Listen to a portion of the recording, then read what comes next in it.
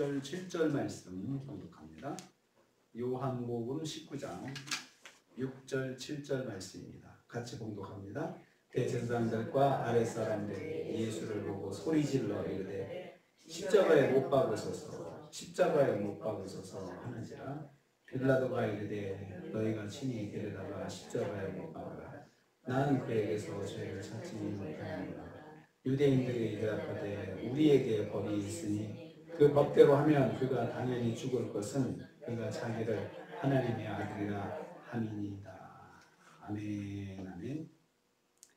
오늘 말씀은 빌라도가 유대인들로부터 종교 지도자로부터 십자가에 못 박을 것을 강요받고 있는 것을 내용으로 하고 있습니다.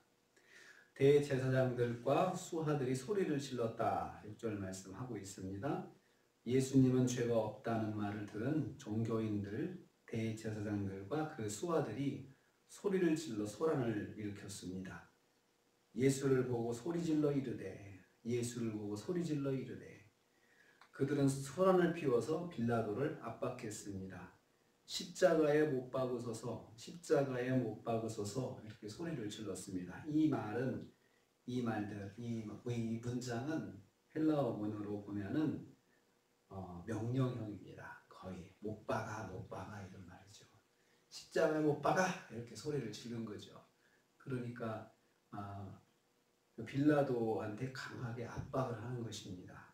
그리고 대중들이 소리를 지르니까 이제 그 관정 앞에 소란이 일어나는 거잖아요. 소란이 일어나고 그리고 빌라도가 굉장히 당황했을 겁니다. 꼭 마치 다른 데서 옆에서 보면 사람들이 밀란을 일으키는 것처럼 막 소리를 지르면서 그렇게 소란이 일어나니까 빌라도가 당황을 했을 것입니다. 대제사장들과 수하들이 예수님을 십자가에 못 박으라고 강력하게 명령한 것입니다. 빌라도를 강하게 압박하였습니다. 빌라도가 다른 생각을 하지 못하도록 이 기회에 결정을 봐야겠다는 태도로 강하게 압박했습니다. 가만히 놔두면 예수님을 석방할 것 같잖아요. 그러니까 절대로 그렇게 못하게 압박을 하는 것입니다. 여기서 성경은 우리한테 말씀하려고 하는 것이 십자가 고난, 예수님의 십자가 고난의 주요 책임자들은 바로 대제사장들과 그를 따르는 사람들이라는 것입니다.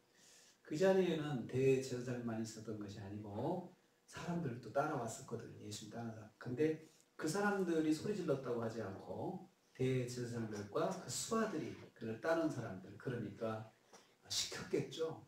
소리 질러라고 시켰겠죠. 그러니까 그렇게 한 것입니다. 예수님은 대제사장들에 의해서 십자가의 고난을 당하신 것입니다. 그러니까 하나님을 섬기는 자들, 하나님을 섬기며 하나님 말씀에 무엇보다도 더 민감하고 스스로 경건하다고 생각하는 그 사람들이 예수님을 십자가에 못 박았습니다. 두 번째로 빌라도가 너희가 못 박으라고 외쳤습니다. 6절 후반부입니다. 종교 지도자들이 강한 압박을 받은 빌라도가 그들을 향해서 외쳤습니다. 너희가 친히 데려다가 십자가에 못 박아라 하였습니다. 이 말은 나는 그렇게 못한다. 너희들이 직접 해라 그 말입니다. 나는 못해. 너희들이 직접 해.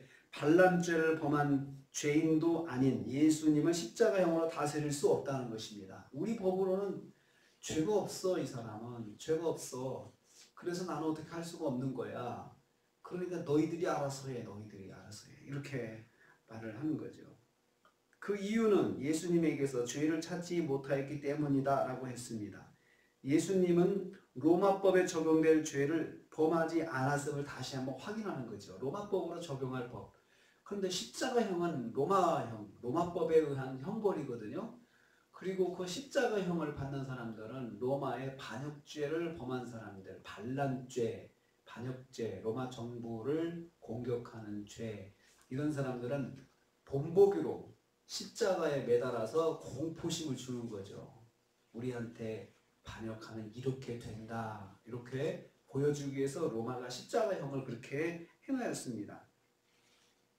그럼에도 불구하고 예수님의 십자가형을 강요받았습니다. 빌라도는 지금 단호하게 예수님의 무죄 석방을 결정하지 못하고 무죄 석방시키면 되거든요. 죄가 없어. 그래서 이제 나는 상관이 없어.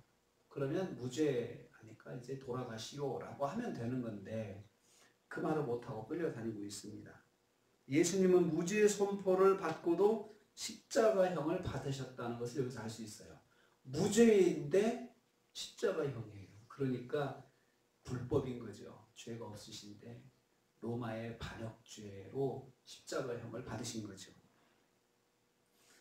세 번째로 유대인들은 유대인의 법으로 적용하라고 주장했습니다. 7절입니다. 유대인들이 빌라도에게 외쳤습니다. 유대인의 법으로 하면 죽어야 한다고 주장했습니다.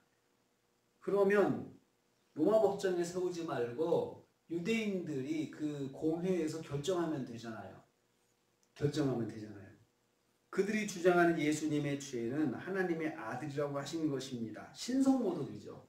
신성모독은 율법에 의하면 돌로 치면 됩니다. 돌로 치는 형벌이에요. 그래서 사람들한테 신성모독했으니까 돌로 치다라고 하면 되거든요. 그런데 그렇게 하지 못하고 로마 법정에 세워서 십자가형을 이렇게 언도하라 그렇게 주장하고 있습니다.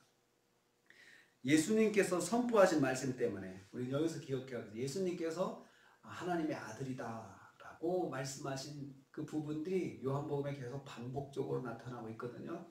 그래서 예수님의 신성을 주장하신 그 가르치신 그 말씀들이 있거든요. 그 말씀을 가지고 이제 유대인들이 예수님을 공격하고 핍박하고 고발하고 있습니다.